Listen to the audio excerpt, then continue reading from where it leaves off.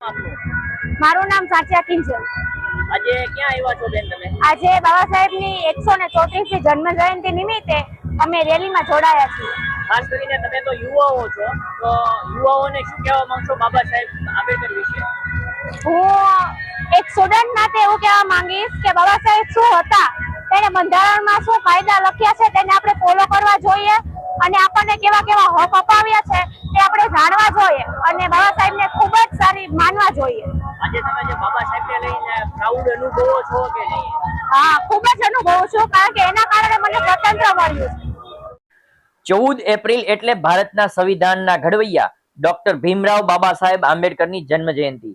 ભાવનગરમાં આજે 14 એપ્રિલને લઈને દલિત સમાજ અને દરેક સમાજના અલગ અલગ ગ્રુપો અને અલગ અલગ એરિયામાંથી એક વિશાળ રેલીનું આયોજન કરવામાં આવ્યું હતું, જેમાં ભાવનગરમાં અલગ અલગ જગ્યાએથી રેલી સ્વરૂપે મહિલાઓ, બાળકો, યુવાઓ જય ભીમના નારા સાથે વિશાળ રેલી કાઢવામાં આવી હતી, જેમાં બોરડીગેટ, ચિત્રા, કુંભારવાડા અને અન્ય અલગ અલગ એરિયાઓમાંથી લોકો વિશાળ સંખ્યામાં ઉમટી પડ્યા હતા। મારું નામ માવજીભાઈ સરવૈયા, રાષ્ટ્રીય દલિત મંચ ગુજરાત રાજ્ય।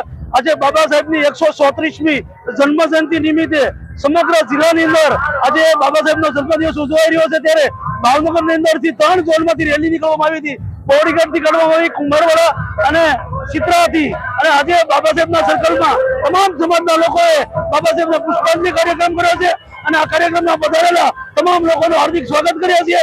બાબા સાહેબની 134મી જન્મ જયંતિ નિમિત્તે તમામ લોકોને શુભેચ્છા પાઠવું છું। લોકો દ્વારા ડીજે અને પરંપરાગત પોશાક સાથે આ રેલીનું આયોજન કરવામાં આવ્યું હતું, તો આખરે તમામ રેલી ભાવનગરના જશોનાથ ચોકની અંદર બાબા સાહેબ આંબેડકરની પ્રતિમાને પુષ્પાંજલિ અર્પણ કરીને પૂર્ણ થઈ હતી।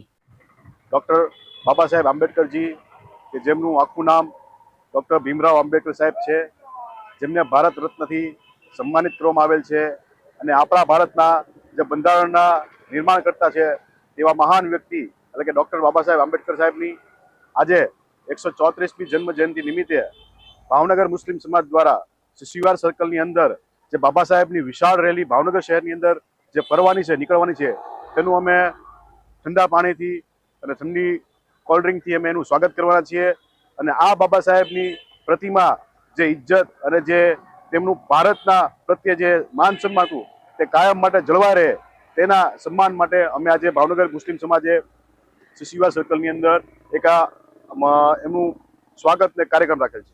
એને આપણે શેનું વિતરણ કરો છો આજે? આજે કોલ્ડ ડ્રિંક છે, ઠંડુ પાણી છે।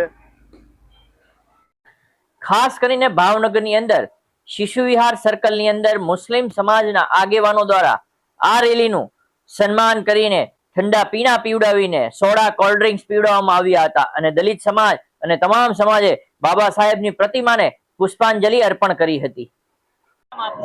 મારું નામ નીરુબેન નારાયણભાઈ રાઠોડ।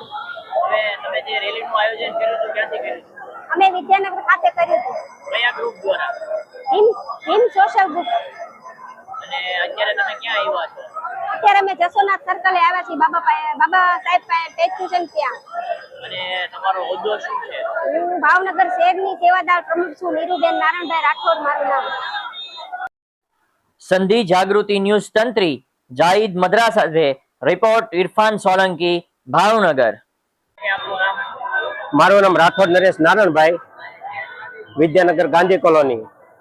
આજે અમે બાબા સાહેબની રેલી 134મી જન્મ જયંતિ ઉજવી છે, જે ભીમ સોશિયલ ગ્રુપ દ્વારા વિદ્યાનગર ગાંધી કોલોનીમાંથી આપણે ભવ્ય રેલી કાઢેલી છે અને ત્યાંથી લઈને આપણે જશોનાથ બાબા સાહેબના સ્ટેચ્યુએ આવીને ફૂલહાર કરેલા છે। આજે તમે બાબા સાહેબની જન્મ જયંતિ નિમિત્તે લોકોને શું સંદેશો દેવા માંગો છો?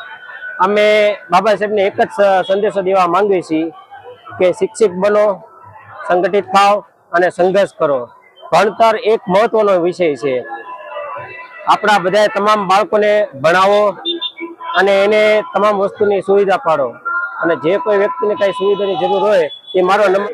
જય ભીમ, નમો બુદ્ધાય, જય સંવિધાન, જય Bharat. Today we are celebrating 134th birth anniversary of Dr. Baba Saheb Ambedkar. Dr. Baba Saheb Ambedkar is the world icon. He is the legend. We can say legend never dies. The thoughts of the icons stays forever. The people lives, people work, and after they work, as the life carries on, death is certain.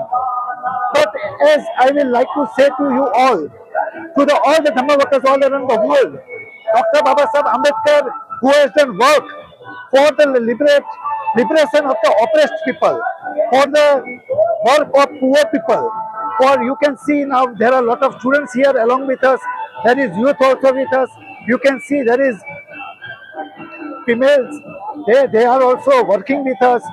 Dr. Babasaheb Ambedkar is the world icon. Oxford University of London, they carried out a survey that who is the most influential people all around the world of 10,000 years. I will like to say to you all, inform you that Dr. Babasaheb Ambedkar ranked 4th in that survey. Dr. Babasaheb Ambedkar studied in Columbia University of America. Columbia University, they did a survey. In that survey, Dr. Babasaheb Ambedkar was the best student of the world. So, you can see there are a lot of people, there are children, women, youth, lot of people are there and they are celebrating Dr. Babasaheb Ambedkar birth anniversary. We together, we will do work hard and we will work hard for spreading the thoughts of our icons. Dr. Babasaheb Ambedkar taught 3 teachers in his life.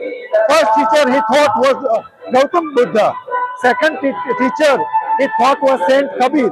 And the third teacher in his life he taught was Jyotiba Phule. We are working for our country, and our country there is equality, law and brotherhood, peace, world peace, we all are working. Dr. Babasaheb Ambedkar also did this kind of work and we all are followers of Dr. Babasaheb Ambedkar. Now you can see this is Bhavnagar, Dr. Babasaheb Ambedkar statue located in Jaswanath area.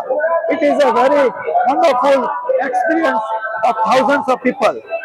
We wish all the best wishes to all of you in the birth anniversary of Dr. Babasaheb Ambedkar. Jai Bhim, Namo Buddhaya, Jai Samvidhan, Jai Bharat. જય Bhim. Jai Bhim.